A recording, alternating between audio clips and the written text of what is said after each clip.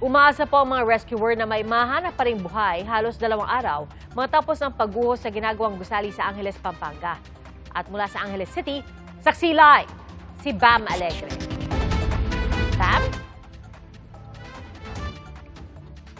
As of 8:27 p.m. ay tinapos na ng Bureau of Fire Protection yung rescue operations. Wala raw operation na ngayong gabi at magpapatuloy sila bukas ng 7 a.m. Retrieval operations na yung tawag nila rito at bukas din magkakaroon ng press briefing para ipaliwanag yung shift from a rescue to retrieval. Mag-aalas 7 ng gabi, nasa ground zero pa rin ang mga rescuer ng Bureau of Fire Protection.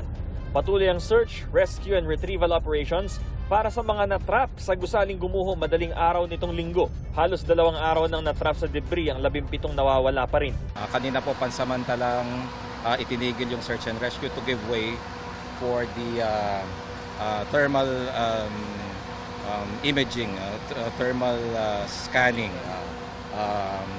Ang good news po dito, meron po silang na-sense na finding ng sign of life. No?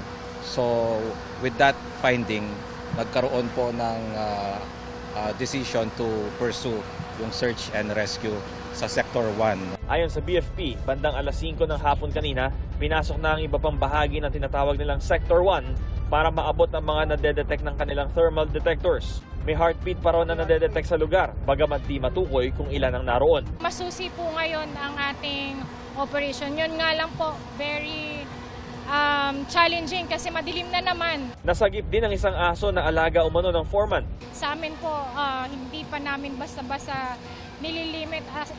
Makikita niyo po sa mga previous operation natin, may mga miracles po talaga na nandyan na hindi mo naasahan na 2 to 3 days meron pa pala tayong life. Kaya hindi pa po tayo basta-basta pwedeng bumigay. Noong 2024, nagsimula ang pagtatayo ng gusali na pagmamayari ng kumpanyang Golden Years Construction and Steelworks Corporation na siya ring kontraktor ng proyekto. Hinihingan pa namin sila ng pahayag. Sa ngayon, tinignan ng mga volunteer civil engineer ang structural plans nito para malaman kung nasunod ba ang mga plano na isinumite sa Angeles City Hall. Titingnan din ang tibay ng materyales na ginamit at kung nasunod ang ibang pamantayan sa construction. So far, anong nakita niyong by violation? Ang baka na lang sir, mga standard na mga repairs na dapat meron. Like for example sa mga joints na yung mga confinement, dapat may mga repairs ko. Yun yung mga wala. Sabi naman ng Department of Labor and Employment Region 3 Director, ipinatigil nila ang pagpapatayo ng gusali noong nakaraang taon dahil sa mga occupational safety violations. So yung mga technical safety inspectors namin ang pumunta. Dahil ang sinabi ng aming unang inspector, 2 inspectors ay parang may imminent danger. Sinulat niya doon sa ano. So inassignan ko ng technical safety inspector. Yun nga ang nakita. Napakaraming violation.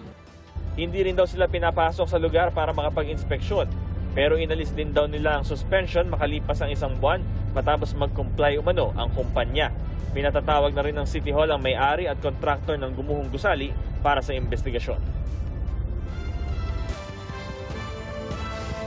Live mula rito sa Angeles City, Pampanga, ako si Bam Alegre, ang inyong saksi.